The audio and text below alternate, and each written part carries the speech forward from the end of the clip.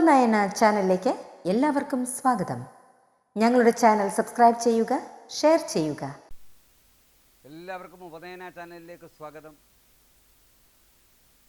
നാളത്തെ ശുഭമുഹൂർത്തവും ഏതൊക്കെ നാളുകാർക്ക് അത്ര അനുകൂലപ്രദമല്ല എന്നുമാണ് പറയുന്നത്. പിന്നെ ഈ ചാനലിൽ തന്നെ ചതുർഗ്രഹ യോഗത്തെപ്പറ്റി, 4 ഗ്രഹങ്ങളുടെ മാറ്റത്തെപ്പറ്റി വിശദമായിട്ട് പറഞ്ഞിട്ടുണ്ട്. അതോടൊപ്പം ചിങ്ങമാസം വരുന്നു. ആ ചിങ്ങമാസം വരുമ്പോൾ ഓരോരോ നാളുകാർക്ക് എപ്രകാരമായിരിക്കും ആ ഒരു വർഷത്തെ വാർഷിക ഫലമെന്ന് പറഞ്ഞിട്ടുണ്ട്. പിന്നെ ഓരോരോ യോഗങ്ങളെപ്പറ്റി പറഞ്ഞിട്ടുണ്ട്. ഇന്ന് 21/7/2025 സോമവാര തിങ്കളാഴ്ച ദിവസം. ശുഭമുഹൂർത്തവും ഏതൊക്കെ നാളുകാർക്ക് അനുകൂലമല്ല എന്ന് ചോദിച്ചാൽ 2200 ആണ്ട് കർക്കിടക മാസം 5-ാം തീയതിയാണ്. രോഹിണി നക്ഷത്രമാണ്. 37 നാഴിക 8 വിനാഴിക രോഹിണി നക്ഷത്രമുണ്ട്. രോഹിണി നക്ഷത്രമായതുകൊണ്ട് ചന്ദ്രൻ സ്ഥിതി ചെയ്യുന്നത് ശുക്രൻ്റെ സ്വക്ഷേത്രമായിരിക്കുന്ന ചന്ദ്രൻ്റെ ഉച്ചരാശിയായിരിക്കുന്ന ഇടവം രാശിയിലാണ്. തിങ്കളാഴ്ച ആയതുകൊണ്ട് മഹാദേവന് പ്രാധാന്യമുണ്ട്. 2.5 നാഴികയാണ് 1 മണിക്കൂർ. 7.5 നാഴിക, അതായത് 3 മണിക്കൂറാണ് ഒരു യാമം. പകല് 4 യാമം, രാത്രിയിൽ 4 യാമം. കൂടാതെ ഏകാദശി തിഥിയാണ് മഹാവിഷ്ണുവിന് പ്രാധാന്യമുണ്ട്. 8 നാഴിക 29 വിനാഴികയാണ് ഏകാദശി തിഥിയുള്ളത്. അപ്പോൾ ഏതാണ്ട് സൂര്യോദയം മുതൽ 3.5 മണിക്കൂർ മാത്രമാണ് ഏകാദശി തിഥി ഉണ്ടാവുക. ഗുളികൻ പകല്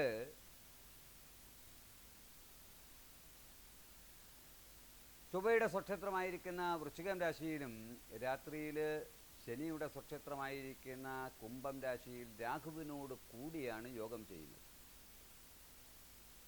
സൂര്യോദയം 6:16 സൂര്യാസ്തമനം 6:40 രാഹുഗ്രഹ സമയം 7:30 മുതൽ 9 മണി വരെയുള്ള 1.5 മണിക്കൂറും ഉദയഗ്രഹ സമയം 1:30 മുതൽ 3 മണി വരെയുള്ള 1.5 മണിക്കൂറും യമകണ്ഠകാലം 10:30 മുതൽ 12 മണി വരെയുള്ള 1.5 മണിക്കൂറുമാണ്. അപ്പോൾ നമ്മുടെ ശുഭമുഹൂർത്തം ഏതാണെന്നും ഏതൊക്കെ നാളുകാർക്ക് അനുകൂലപ്രദമല്ല എന്നും പറയാം. അപ്പോൾ ഒരാൾ ചോദിച്ചു, തിരുമേനി ക്ഷേത്രങ്ങളെപ്പറ്റി കാര്യങ്ങൾ, ഏത് ക്ഷേത്രത്തിൽ പോയാൽ ഇപ്പോഴെന്ന് പറഞ്ഞാൽ പുതിയ ഓരോരുത്തരങ്ങ് ദേവസ്ഥാനം ഉണ്ടാക്കുക, പുതിയ ക്ഷേത്രങ്ങളൊക്കെ അങ്ങ് ഉണ്ടാക്കുക. ഇത് തലമുറകളായിട്ട് വെച്ചാരാധിച്ച് പൂജിച്ച് അതിൻ്റേതായ ശക്തിയും ചൈതന്യവും കൊടുത്ത് അത്രയും ഇതായിട്ടുള്ള ക്ഷേത്രങ്ങളുണ്ട് അല്ലേ. ഈ ക്ഷേത്രങ്ങൾ കൂണുപോലെ ഉണ്ടാക്കിയാൽ മാത്രം പോരാ, അതിനെ പരിപാലിച്ച് അതിൻ്റെ നിഷ്ഠയും അനുഷ്ഠാനങ്ങളും അതിൻ്റെ വേണ്ട രീതിയിൽ അതിനെ കൊണ്ടു നടക്കേണ്ടതുണ്ട്.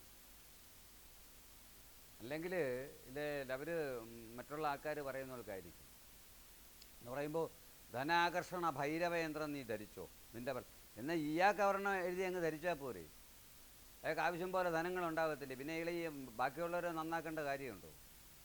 ധനാകർഷണ ഭൈരവയന്ത്രം ജപിച്ച് അങ്ങ് ധരിച്ചോളുക, ഫലം ഉണ്ടാവും. അങ്ങനെയല്ല, നമ്മൾ ഒരു യന്ത്രമോ ഒരു കാര്യങ്ങളോ ഒക്കെ നമ്മൾ ധരിക്കുന്നെങ്കിൽ ഗ്രഹനില, അംശകം, നവാംശകമൊക്കെ നോക്കി, ദശാകാലമൊക്കെ നോക്കി ഈ യന്ത്രം ധരിച്ചു കഴിഞ്ഞാൽ അദ്ദേഹത്തിന് ഫലമുണ്ടാകുമോ എന്ന് ചിന്തിച്ച ശേഷം അതിൻ്റേതായ രീതിയിൽ ദേഹശുദ്ധി, ശംഖപൂരണം, ആത്മാരാധന, പീഠപൂജ, മൂർത്തിപൂജ, പ്രസന്ന പൂജയൊക്കെ ചെയ്ത് പത്മമിട്ട് അതിൻ്റേതായ രീതിയിൽ ജപിച്ച് പേരും നാളും പറഞ്ഞ് മന്ത്രങ്ങൾ ജപിച്ച് ഫലസിദ്ധി വരുത്തണം. അതിന് അങ്ങനെയുണ്ട്. അത്രമാത്രം ഫലസിദ്ധി വരുത്തി നിവേദ്യം ഉൾപ്പെടെ അല്ലെങ്കിൽ അതിൻ്റേതായ രീതിയിൽ ചെയ്യുമ്പോൾ അതിൻ്റേതായ ഫലം ലഭ്യമാകാറുണ്ട്. അല്ലാതെ എന്തെങ്കിലും രീതിയിൽ എന്തെങ്കിലും ധരിച്ചിട്ട് കാര്യമില്ല. അതുകൊണ്ടാണ് ഞാനിത് പറഞ്ഞത്. അപ്പോൾ ഇനി ശുഭമുഹൂർത്തം പറയുമ്പോൾ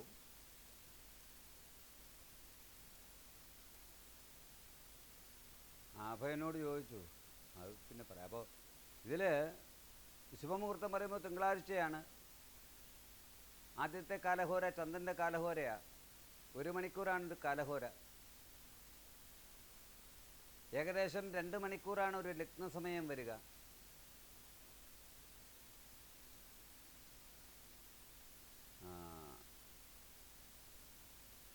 (7:16) മേൽ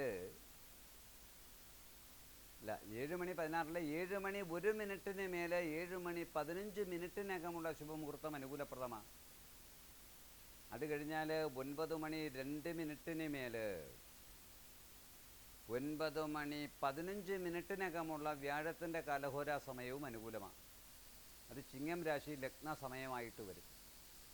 പിന്നെ ഒരു ശുഭമുഹൂർത്തമെന്ന് പറയുന്നത് 12:18 മേലെ 12:43 അഭിജിത്ത് മുഹൂർത്തം അനുകൂലപ്രദമാണ്.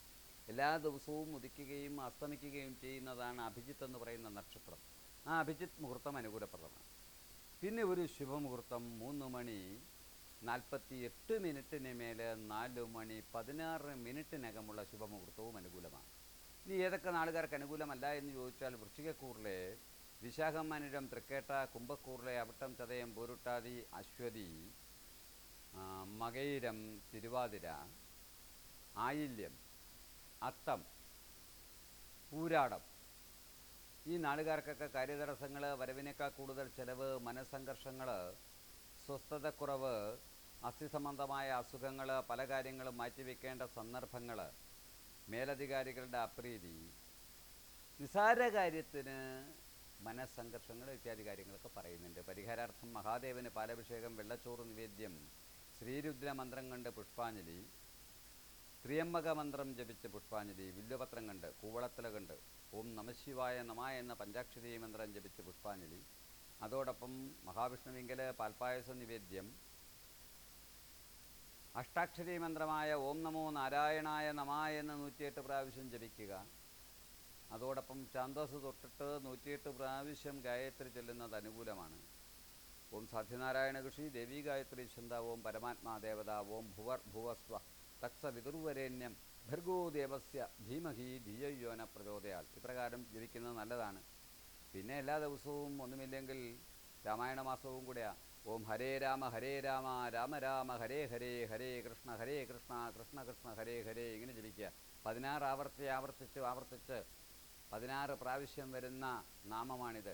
ഹരേ രാമ രാമ രാമ ഹരേ ഹരേ, ഹരേ കൃഷ്ണ കൃഷ്ണ കൃഷ്ണ ഹരേ ഹരേ 16 ആവർത്തി പറയുന്ന മന്ത്രമാണ്. അത് ജപിക്കുക.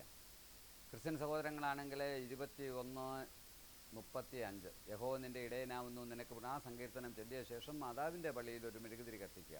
മുസ്ലിം സഹോദരങ്ങളാണെങ്കിൽ ലുഹർ, അസർ, മഹരി, ഇശാഖ്, സുബഹി 5 നിസ്കാരവേളയിലും യാസിനോദി കുളിക്കുകയും ഇശാഖിൻ്റെ സമയത്ത് ഖുർആനിലെ 25ാമത്തെ ആയത്ത് ചൊല്ലുകയും ലുഹറിൻ്റെ സമയത്ത് ഖുർആനിലെ ആദ്യത്തെ ആയത്തായ ഫാത്തിഹ ചൊല്ലുന്നതും അനുകൂലപ്രദമായിരിക്കും.